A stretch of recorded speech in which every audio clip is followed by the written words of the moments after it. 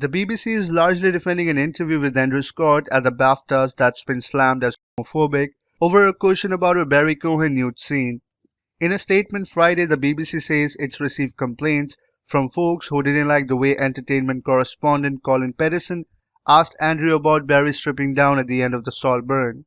Colin's been dragged online for asking Andrew who is and was at the BAFTAs promoting another movie about Barry. But the BBC says Colin's questions were meant to be a light-hearted reflection of the discussion around the scene and was not intended to cause offense. The BBC says Colin began the interview by asking Andrew about his movie All of Us Strangers before moving on to ask him about the popularity of his fellow Irish actors like Barry. Andrew was clearly uncomfortable with questions about Barry's new scene, but Colin kept pressing and asked, "There was a lot of talk about prosthetics. How well do you know him?" The BBC says this specific question was misjudged.